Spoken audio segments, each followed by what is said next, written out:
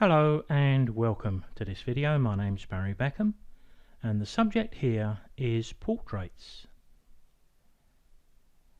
There's so much we can do with the modern Photoshop tools that if we're not too careful we can drastically change how a person looks, and that's not always the best thing to do. So it's one thing to remove temporary skin blemishes, it's quite another to remove lines and moles on the face that are a part of the person's character. So where does that leave us if we start to think about changing an entire face? Well, in actual fact that may be the best thing to do. Here I've got two shots of this model, just these two. It was part of a group photo session from quite a few years ago. In one shot, the one on the right, I've lost the tips of two fingers on the lady's left hand, but the expression is really nice and I like the pose. In the second shot I have the fingers, but well, you can see the problem. So do I replace the fingers or the face? And to be honest, I think the face is easier. This means we need to manipulate both images the same, and perhaps we could use a preset for that. Now I've opened up this image to do the basic manipulation, but in fact I only really want to borrow the lady's face a little bit later on. But I needed this one on screen because I think this image has a color cast.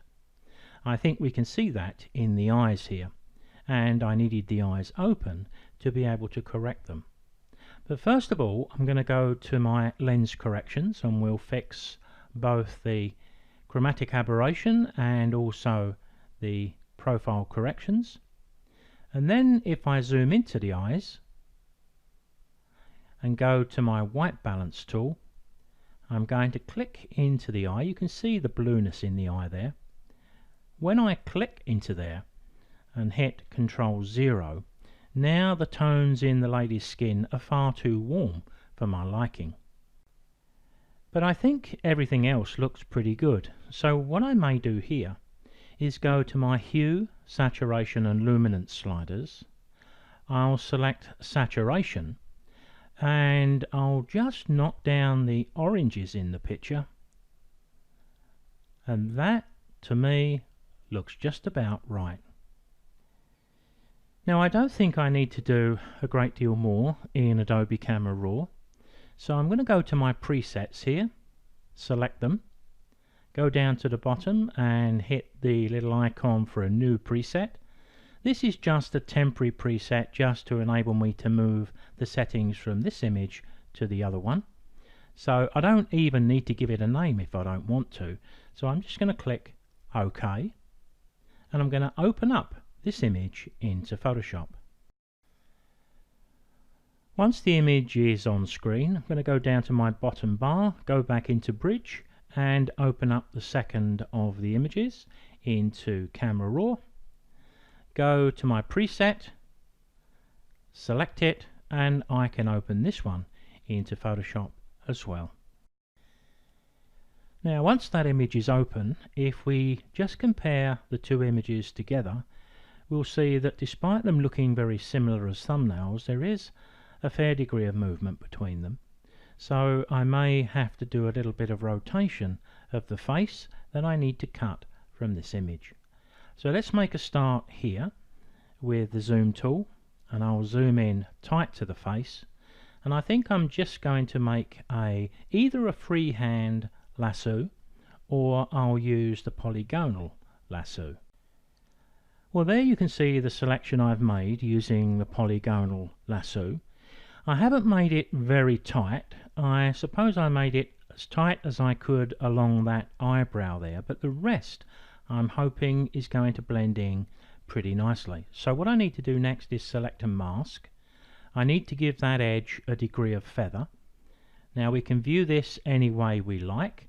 Actually, it may be a good idea to look at it just as it is on white, so we can see the face as well as the white area as I soften the edge.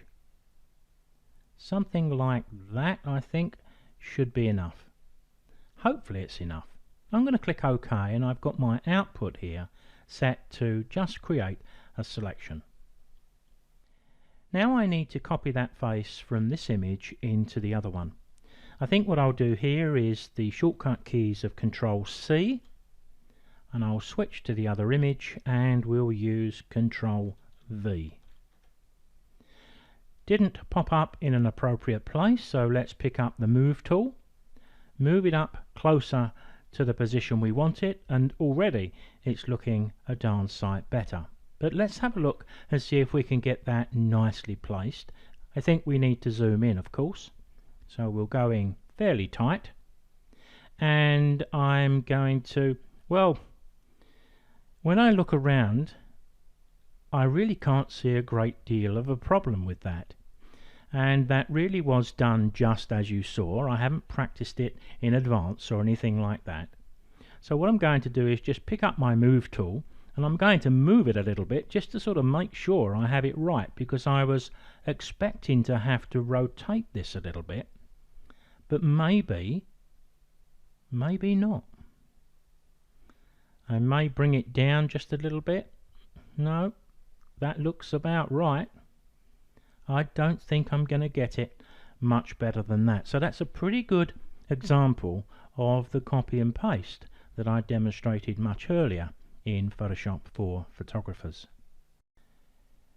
Now, given that that copy and paste was a success, then I may as well take the pressure off my computer by closing this image down, because I don't need that anymore.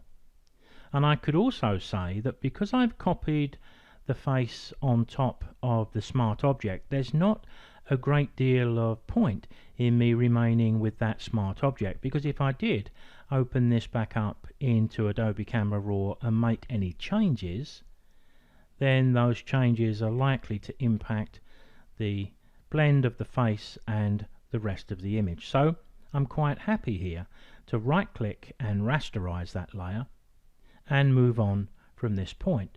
And to be honest, I may as well flatten those two together. I could have done that and it would have removed the smart object status at the same time. But let's do that next. Let's go down to Flatten Image, and there's one or two things that I'd like to do.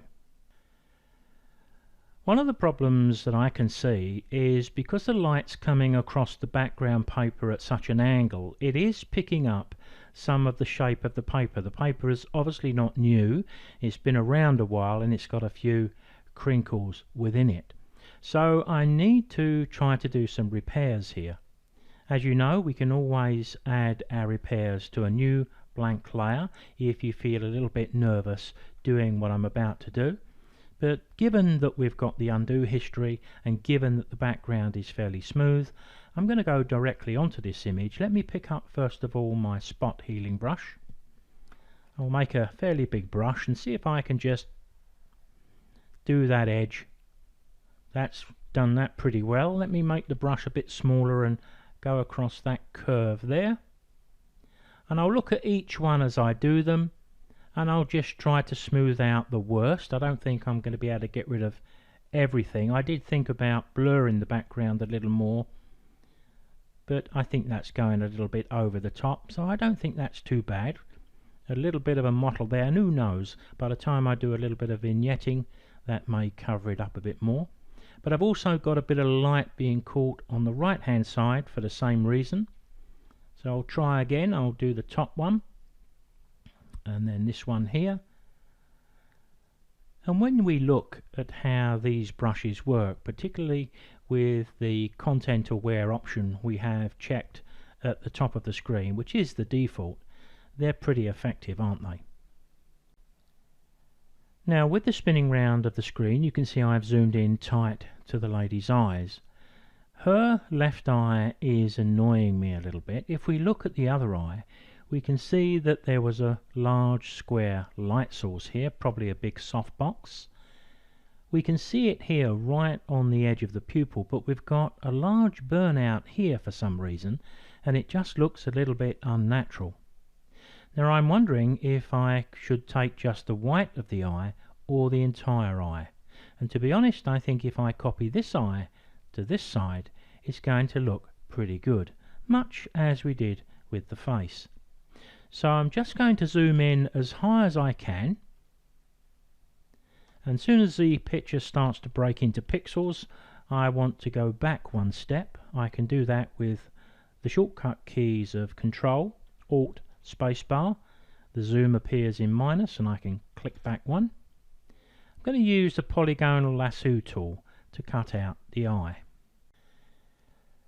So selecting that from the toolbox, I'm going to make a selection around here, keeping into that dark area just within the skin of the eye. Click, click, click, click. So although we're making a selection in straight lines, we're still managing to get quite a nice shape here.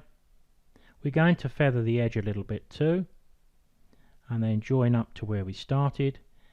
Select and mask should allow us to feather this, I reckon probably 2 pixels. I think that's going to be just about right. I'm going to output my changes here to a selection, so we'll click OK to that. Now I need to copy that selection to a new layer. The easiest way to do that is Control J. You can see the new layer pop up on the right hand side. If I just hold the spacebar and move the image along, I can see both eyes together. Pick up the move tool and I can move this eye over to this side. It looks like it needs a slight rotation. I'll use the free transform tool, Control T. Just a tiny bit of rotation. Does the eye look a little bigger this side? I'll just eke that out a little more, but that looks pretty good. I'll hit the enter key to commit that change. I'll just move it around to make sure I'm happy with the position, and I think when we hit Control 0, that's going to look perfect. But if it's not perfect, I think it's pretty good. I'm going to take one last look though, because I just like to look at these things again and again just to make sure I'm happy with what I've done. When we go in, I suppose the only thing is this area here was a bit darker in the other eye. So we can always deal with that just by putting a mask onto that layer that contains the eye. So if I do that, select black and a soft edge brush. Looking up at the flow rate, it's at 5%. So all I can do here is make my brush just a little bigger, and maybe I can just gently brush in that area just a tiny amount, just to bring that back to match what the other eye was like.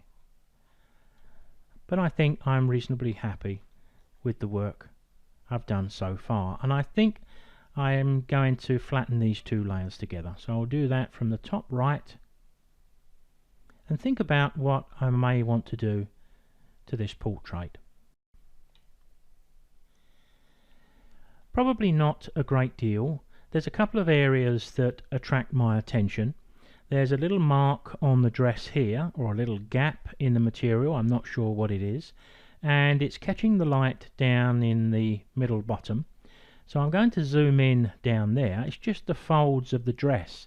So I'm going to pick up my spot healing brush and make my brush a little bigger. I'll get rid of that crease there, and we'll get rid of that if we can do it in one go. Let's hit Control 0. I think that's dealt with that. Now we can zoom in and take a look at this. Not entirely sure what that is, but we'll remove it, and this one too. So far, so good. I'm going to have a look at a vignette of the background just to darken the corners, particularly at the top left and the top left side, and I think I'll do that with my lasso tool. So I'm going to draw a quick lasso shape around the young lady and along this area. I'm going to hit Control Shift I, which is the shortcut to inverse a selection. But what I don't want to do is to impact too much on the bottom right corner and the bottom left. So what I could do here is use the option at the top left of the screen to subtract from a selection. So I could say that what I want to do here is to leave some of this out. Like to leave all that bottom area out and probably up to somewhere around there. So you can see what I mean. I'm just going to darken that section, but I do need to feather the edge of the selection, probably quite considerably. Usually with a high res image like this, I'm usually up in the 400 pixel area, so I'll click OK to that. I'll hide it, Control H, and I'm going to bring up my levels. Levels are in the image menu, of course, but Control L is a nice easy shortcut. Let's try to tuck it away over on the right so it doesn't get in our way. A little bit of movement of the mid-tone slider. You can see I can go quite a long way without it showing, and I'm not impacting the lady a great deal. A little bit on the hair, but I think that's okay. So just down a little bit, test it with the preview. That's all I want. I don't want it to be too severe. I'm happy to accept that. Remember, I've got a hidden selection. That's always a little dangerous, so hit Control H or Control D to remove the selection. Now, after walking away from my portrait and coming back after a cup of coffee, there is something that suddenly struck me, and then I wonder why I didn't see it before. Look at the lady's right hand. It's actually quite bright, and I should have spotted that when I had the picture in Adobe Camera Raw. But I think I can fix things here. I'm going to pick up my zoom and zoom into that area. I'm going to pick up my burn tool. From the top of the screen, I'm going to choose highlights. I've got an exposure of 5%. Let's test it down on the thumb there, just taking those tones down a little. And on the knuckle and this first finger, then the second, and the third one, which is partially hidden. I'll make the brush slightly smaller just to tone it down just a smidgen. You can see I'm beginning to hit a little problem here. See, it's starting to smudge and go a little bit dark. Let's go back to the history under those circumstances and back away from that last change. Maybe I can get away with this down here because we've got tone, but here I'm not quite getting away with that. And if I wanted to darken that down, perhaps the technique I would use is to create a new blank layer over the top of my portrait. Using the eyedropper tool, I'd pick up a tone from here, a pink tone from the skin. Let's try somewhere up there. It's quite a delicate tone, but we're going to use our brush and we're going to drop the flow rate to 1. 0, 1 on the keyboard will do that. Now all I'm going to do is just brush just a tiny bit of colour in there, not a lot. And maybe I'll boost the other ones as well that I've already done, just to take the worst of that glare off. And I think that's probably going to be fine. Let's hit Control 0 and I'm happy with that. I'm going to flatten those two layers together once again, and I'm going to copy this one, Control J. Just going to take a little look at a quick and simple soft focus, just zooming in a little bit so you can see what we're about to do. I'm going to go to my filters menu and choose blur and Gaussian blur. Now this is like having 100 different soft focus filters, because not only have we got the amount of blur we put in here, and it may be a good idea to try something with 10 and then next time try 5 or 15 so you know where you are. But then of course we can mix that by blending this with some opacity. So if I take the opacity clean off, we're back to where we started. But if I bring it up to about 50%, we get a beautiful soft focus on our model. But maybe that's a little bit high, so I can always drop it down and temper it a little bit. But the reason I like to use 2 layers for this is because we can always put a mask on this layer now, And if we need to have the eyes nice and sharp, we can reveal the sharp eyes through the soft layer.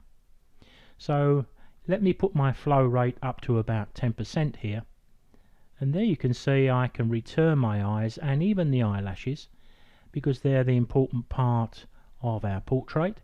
Sometimes if we had teeth showing, we may want to reveal them a little bit. But then when I hit Control 0, we get a beautiful soft portrait, but the eyes would follow us around the room.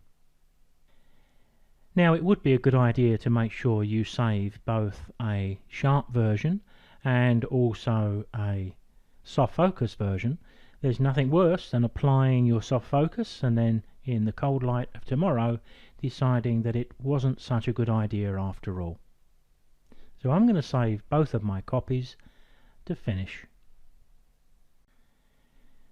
As always, when we look at a finished image, it's all about the techniques.